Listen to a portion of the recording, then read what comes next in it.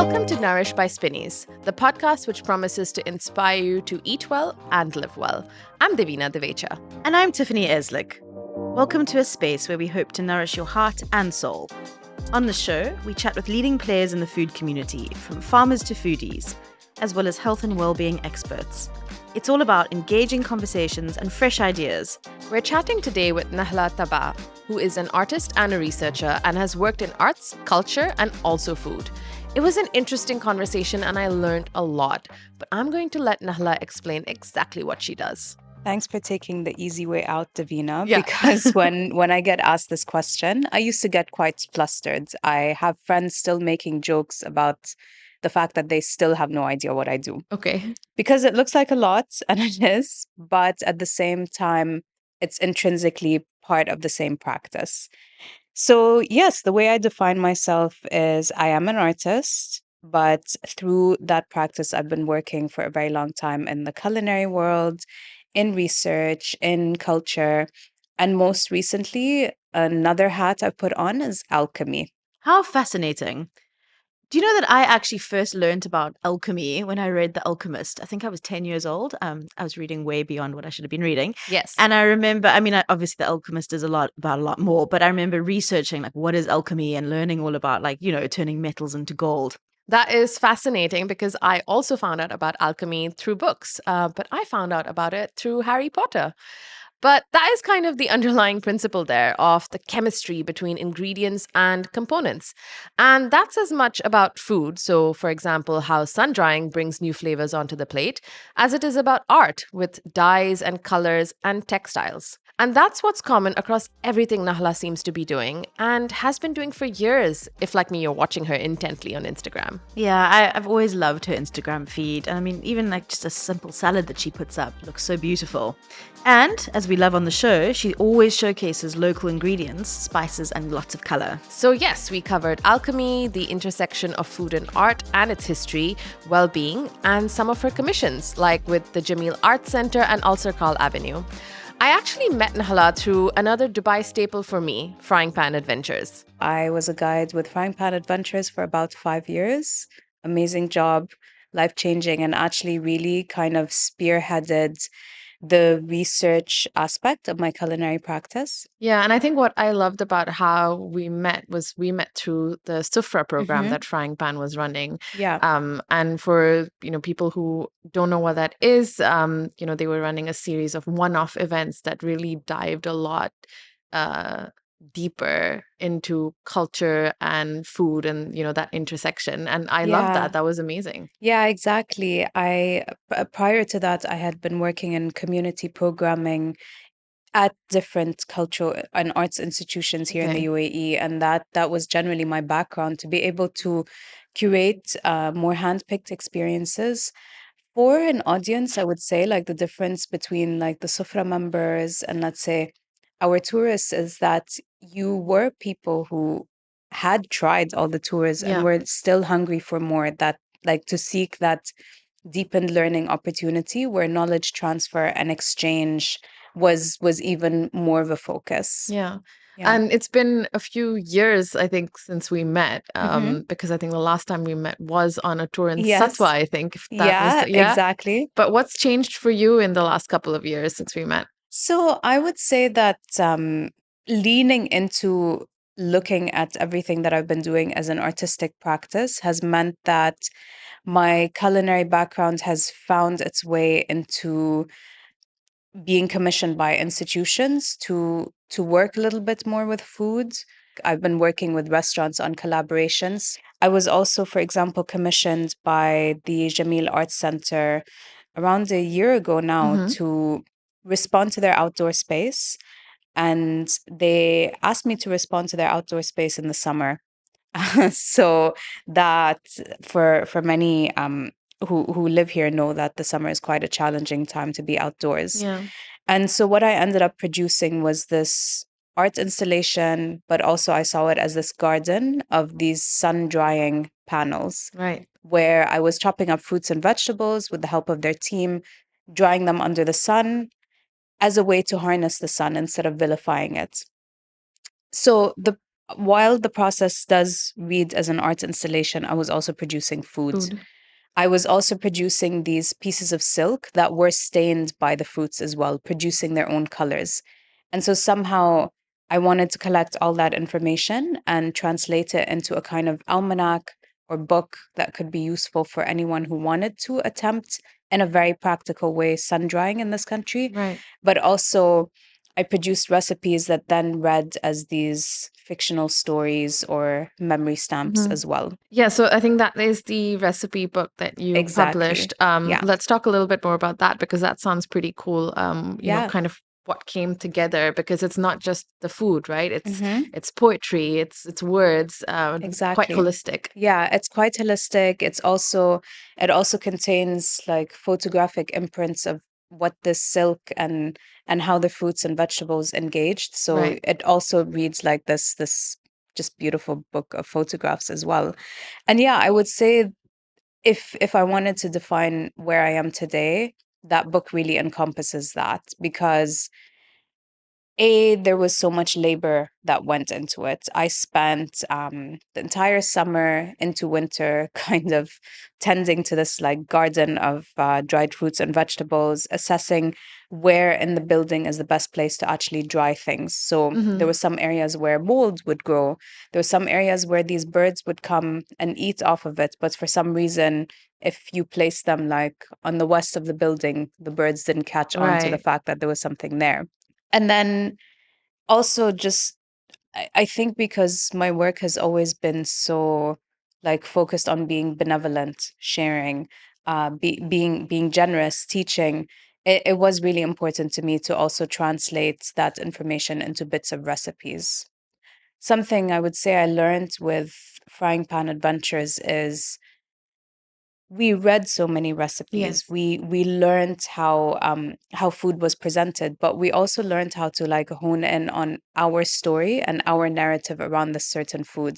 And this is how I've always seen recipe writing. It's not just a set of instructions that relates to how you chop something and where you get this ingredient from. It really has a lot to do with your state of mind on that day, what you've been feeling, like what is happening with a moon phase, what are you watching on Netflix? Like that to me, when I say alchemy, this is what I mean. It's really part of like body, soul, context, and then how that is translated into food. We didn't mention the name of the book though. Yes. So the book is named Shamsa. It's named after a dear friend, but also it's a word that means sunburst or like just that single ray of sun. Yeah. And that was my attempt to again like personify the sun, reclaim its innocence in a place where it's actually induced so much trauma Yeah. when it comes to all of us living here. You've mentioned alchemy a couple of times, and we Hmm. were chatting about it before we started Yeah. recording as well. And you experiment with dyeing, Yeah. and I've Not seen literally, we mean dying with dying like colors. Yeah. colors. Yes. Yeah, no, and I've seen some of the, on the occasions you have posted, Hmm. images on your Instagram. It just looks so colorful and just Yeah. looks so wild almost. Uh-huh. But I know that that's something you think about even when you look at recipes or cooking. So let's talk about Absolutely. that. Yeah, for sure. I mean, one thing that has really happened to me over the years, it's been 8 years living here. Dubai is a very different pace. It's hectic. We get urban tired very quickly. Yeah. And a few years ago, when I was quite burnt out, I spent the summer in London. I went to the Prince's School of Traditional Arts. Stunning school. I highly recommend everyone goes and does a short course there. I did this course in sacred geometry that maps the planets according to Socrates and Plato. Why? I don't know, but I just decided this is what I'm going to do. I'm terrible at mathematics. It burns a lot of calories to actually, by the millimeter, draw a piece of sacred geometry. It is intense. But there was just something so incredible about our professor, Dr. Daniel Doherty, who would like start off with like this piece of music that would kind of speak about how planets were evoked invoked not just in music, but like what we're about to do, which is sacred geometry. But then something else he taught us was to make our own colors. So he would just show up. He's like, yes, I was just walking down by the stream on my way to my commute in London, and I found these stones, and we're about to make colors from them. And that really turned on my culinary like practice, because I was sitting there watching him like crush stones, what would you call it, put it through a sieve, Mm. dilute it, like cleanse it. And from there suddenly I have this color palette of colors.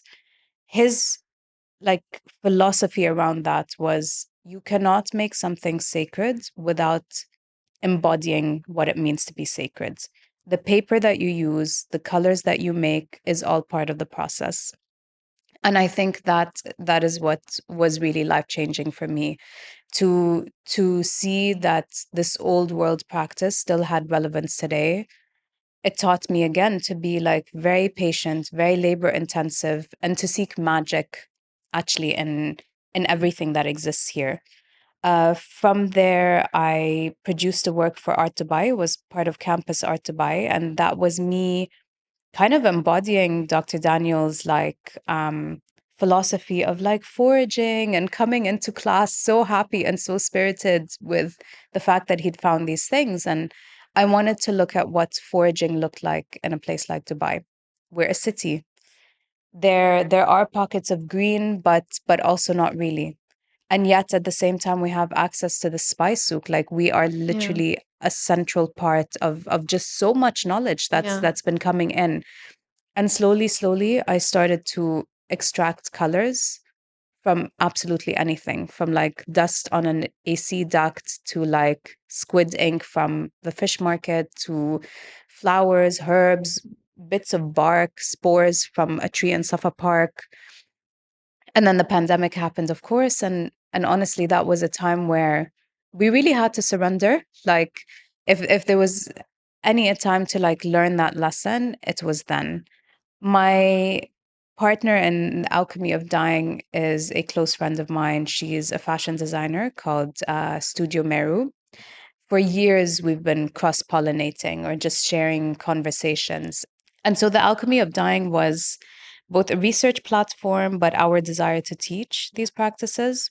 The philosophy is that all these natural dyes have incredible powers. So Yeah. so how do you harness them or present them? Yeah. How do you end up wearing them, and how does that impact you as well? No, that's beautiful. And Yeah. it's like you say, it's, kind of crossing across different Yeah, verticals or streams of thought. 100%. Were you always interested in food and the arts growing up, or is this something that kind of developed later Um, on? but both my parents are artists, so I was always an artist, or at least in their studios Yeah. watching them work. And because they were so heavily involved in the cultural scene in Jordan, it meant that I also felt that like level of activism that yes, I will always need to work in this field. I also used to love watching travel shows and cooking shows with my mom. Like it was really my dream to Yeah. be a presenter, a culinary presenter, or a travel presenter, let's Right. say. I'm also bicultural. Mom is from Bangladesh, dad is from Syria, Jordan, and my mom's a fantastic cook. And it's not, I know we all say that about our moms, but she really is like reputably an incredible person who kind of just looked at both palettes and she was like, right, how am I going to do things Yeah. differently? Watching her just be bold about how things were reinterpreted was always with me. I learned how to cook actually in university though. It Okay. it was one of my best friends. He used to cook all the time and I would just assist him. And slowly, slowly that started to build up. What's your go-to comfort food? I love rice. Yeah. Adore rice. Like I think it's just the best thing to work with. I love stews, just slow cooked stews that you Oh, can yeah. throw anything into and it will work. I also just have a little herb garden on Okay. my balcony, and I kind of just use those herbs again and again, and that's maybe like the starting point. They kind of inform or lead how something is going to Yeah. go. Yeah. What do you grow in your herb garden? What do you have? Two types of basil, rosemary, Cuban oregano, whatever can survive. Yeah. And all very useful things to have. Yeah, yeah. Yeah. We'll take a quick break and be right back with more. Stay with us.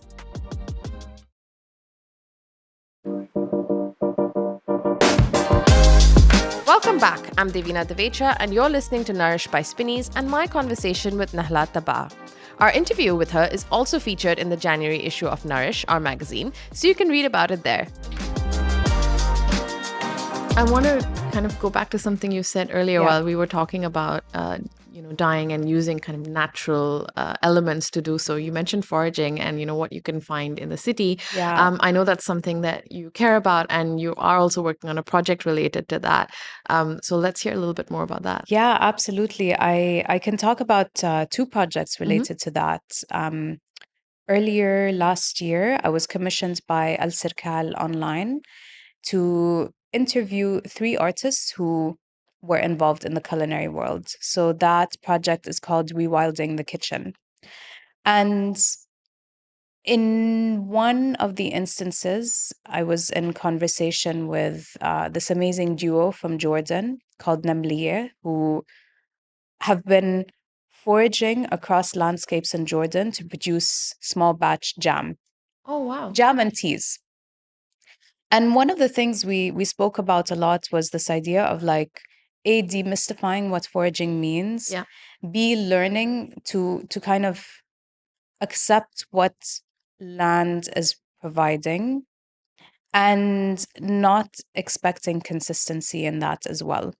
When we imagine foraging, like just now, Tiffany and I were talking about like, oh, foraging in Ireland and how like abundant and romantic and how fairy-like that might seem. Exactly. But what happens when you need to do it in a place where it's not as readily available? How do you use the same tools to kind of search, be curious, and be very appreciative of what something is yielding, even though it doesn't present itself in the same abundance? And so that has been my approach to kind of foraging and looking at the kitchen as a place to forage as well. Okay. Rewilding the Kitchen has 3 interviews published and 3 recipes published by each of the participants who really spoke about just making a simple cooler, but actually the recipe in itself is not like the most simple. Right. Let's say there is a complexity to it. Recently, with Warehouse 421, I was commissioned alongside a dear friend and artist Moza Al Matrushi to respond to her research. She's been actually spending the last 2 years with a research grant looking into agriculture in the UAE, the endangered native plants and why they were kind of like sidelined in all of this. And through that process of really just tagging along with her, observing, collecting, we've been trying our best to create recipes and food experiences around these plants. And of course, traditional recipes, but in no way trying to kind of elevate it or change Emirati food in a sense, or like push it where it doesn't need to go. It like is what it is. Exactly. We've been really trying to see how the land presents itself and then accordingly create these recipes. So where have you been kind of out and about? Where have you been foraging? So we went to 2 sites. One is Hatta. So Hatta is absolutely amazing. We visited a farm where I can't even call it a farm as much as I would call it a museum. Okay. His entire kind of collection or effort has been into planting trees and plants that grow natively.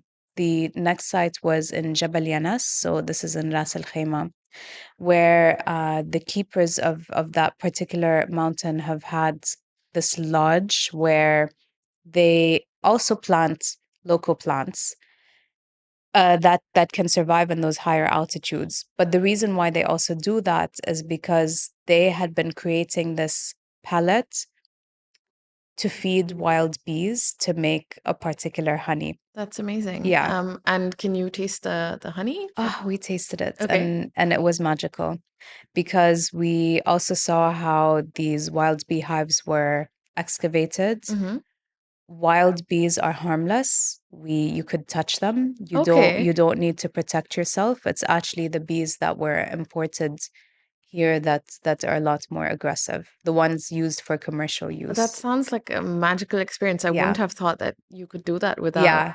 I did not realize that either. But this is, I think that's like one of the most humbling or magical things about working with the land, right? Entrusting yourself to be in the arms of these things with people who've been practicing this particular practices for centuries, have almost made a pact. Like there is that silent agreement there is the symbiosis between the land, the bees, and the people, and you could really see that system. Yeah. Is that honey something that people can pick up from somewhere Yes, or? so Maktoum sells this honey. It's super valuable honey. Like it's not yeah, the most affordable, but it's definitely something that you can access. I just a thought right now of, Yeah, you kind of like interacting with the bees without any protection is genuinely blowing my mind. it was magical. Yeah. Was there, I mean, things like this, for example, it's a great experience. Was there, through the course of these projects that you've talked about, or interaction with other people in the art and food space, maybe what has been the thing that has surprised you the most, through learning about different things through this journey? I suppose just how connected everything actually is. Hmm. Food feels like a glue. I mean, we've always felt this, even with frying pan adventures, and we say this like food is a lens in which to see the world. It's also the lens that others people, marginalizes people. It highlights accessibility, colonialism, uh, fusions. So it's a bridge, but it's also a broken bridge too. And I think the other thing that's maybe surprised me the most is that I think this is maybe like a more introspective thing. When I first moved here and I didn't have access to an art studio, let's say, like I Yeah. was, I was dealing with my full-time jobs. I had put being an artist kind of on the side. And yet the maker in me, the person who just needs to use their hands obsessively, like is constantly thinking of like the mechanics of building something, found that in the kitchen. So I really do consider the kitchen to be a huge like part of my studio, let's say, or it was my studio Yeah. for many Yeah. years. Yeah. And that also makes me realize how accessible a kitchen can be. Right. Yeah. I think what doesn't surprise me is that for you to want to cook or commit yourself to food, it's a very caring practice. Hmm. You have to clearly want to, I suppose, give and give and give. You're producing something that is then literally inhaled by someone else. You don't know how present they are and like what time you took to like ferment this yogurt or Yeah. like soak this thing. Um, but then what surprised me as well was that actually chefs or people working in the food industry practice the least self-care when it comes to themselves because they're so busy putting something else out there. And another reflection I had with Mehru lately and the alchemy of dying is that we're teaching all these things about surrender and the magic, and yet here are me and you exhausted Yeah. and kind of burnt out and not really applying these principles to ourselves. Yeah. And so I've had to learn to really like lean into the fact that, okay, if I'm going to practice all these things, I need to make sure that I consistently do it for myself too. Yeah. We've talked a bit about some of the projects that you've been working on over the last couple of years, but what's next for you? What are you working on now? What can you tell us? Well, I'm actually taking a bit of a break from being in Dubai for too long, mainly because my calling right now is to work with farms or be in nature a little bit more. Yeah. I can't keep traveling to these places to get that experience. I grew up in the countryside in Jordan, and through that it just taught me so much. Like, I think I don't want to how can I say, like, snub that knowledge, because it's been such an integral part of my life. And I am hoping to go to culinary school as well. We It's were amazing. discussing that Yeah. with Tiffany earlier, and again, that's really to upskill, to really get an understanding about how to be more efficient in the Yeah. kitchen. Like, Yeah. everything has been self-taught up until this point, or learning through people in the Mm. industry, Yeah. and more collaborations, actually. Yeah. So I think, like, the beauty of this place is how we're all connected, actually, and how open we are to working together. So I have a few more down the line as well, Yeah. and some more recipe writing. I recently produced a series of recipes slash illustrations on the theme was kind of looking at monsters and ancestral monsters, and whether these, like, deities of or monsters had, like, an advantage to them as well. Like, we often vilify the monster, but in, like, Buddhist practices, it was the monster that protected Buddha. So it's also just looking at this duality of it. Yeah. The monster I chose to develop recipes for, to feed, in a sense, is actually the womb and Hmm. the menstrual cycle. Yeah. I've been trying to practice intermittent fasting and eating for my hormonal cycle, Yeah. and just see how that What monster slash happens? my PMS, Yeah. like, is kind of kept at bay, or like how I can really take care of Yeah. of myself in that way. So the recipes are these diagrams of the womb that kind of resemble medieval medical Right. illustrations. It's kind of like a take on those diagrams, and then what to feed this monster, between quotations, at the different seasons of our cycles. Oh, I'm fascinated Yeah. by that. And how have you found that kind of trying that diet, if you Yeah, want to call it that? it's it's actually so beautiful, because I think it's really about you, like, really listening to your body. Yeah.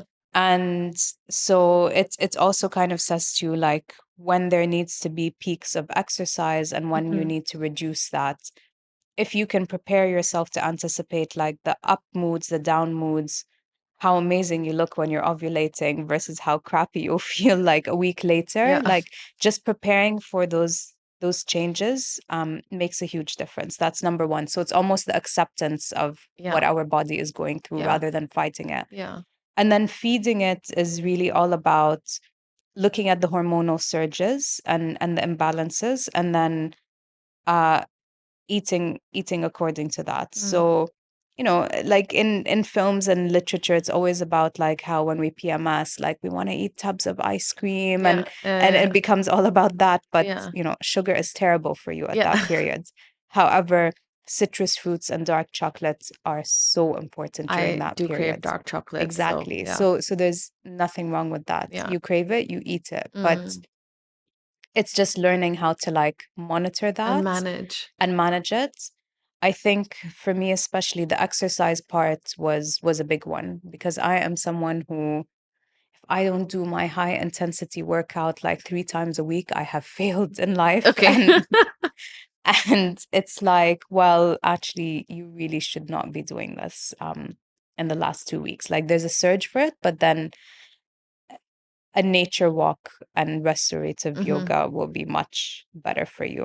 Oh, this is fascinating. I'm Yeah. going to know you about this in more Yeah, detail yeah, later for absolutely. sure. Yeah, it's okay. I'm not perfect at it, but just having that Yeah, awareness it's means that you've helpful. you've already listened to your body Yeah. a ton more. Yeah, no, for sure. Yeah. And we always ask all our guests this question. What is it that nourishes your soul? What is it that nourishes my soul? Building a home that's been my sacred space, I think. Being surrounded by amazing people. My cat, I love animals. They're really incredible spirits. Yeah. And I think maybe as of late, what's nourishing my soul is actually being more accepting of myself, like, not being overly critical. I've been balancing, I've been actually speaking to someone about this, balancing my masculine and feminine energies and really listening to that Yeah. duality and Yeah. just being a better team. And as a result, being able to detox things or put up boundaries. Yeah. Boundaries In are a way that's important to serving. everyone. Yeah. They really are. Yeah, no, I think people, I feel like we've gotten into like this whole well-being space, I but it's know important. it's so intrinsic. Like Yeah, I think you just cannot disconnect the yeah, two. yeah, I would say also what nourishes the soul for me is the morning. I love my mornings, and sunlight in the morning, yeah. I think is a big one. Yeah, no, you Yeah. noticed the light in here as soon as you came in. It was the Yeah, first thing you yeah, said. yeah. And I do have a lot of plants by the sun, and I'm Mm. always kind of plotting their movements. So yeah, I'm looking at that shadow over there, and I'm like, sexy shadow.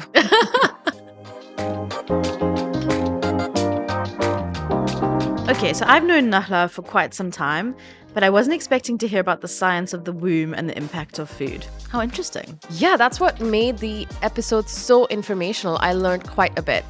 I'm sure Nahla's going to enjoy culinary school. When you'd gone, Tiff, you'd send us amazing pictures, and of course, I've been a happy recipient of many dishes you've cooked for us since you've been back. Oh gosh, I mean, that just seems like a dream. Going to culinary school last year was fantastic, and I think I actually do need to cook more for all of you. Cannot wait for that. This episode was brought to you by Spinneys and is hosted by me, Devina Divecha, and Tiffany Eslick. We're produced by Chirag Desai, and artwork is by Michelle Clements and Jihan Yusuf. You can follow Spinneys on Instagram, Facebook, and TikTok for more, and visit us at spinneys.com, where you can shop for fresh produce and a variety of local and exclusive products. We'll be back in 2 weeks with our next episode, talking to food historian Ambith Ocampo. See you then.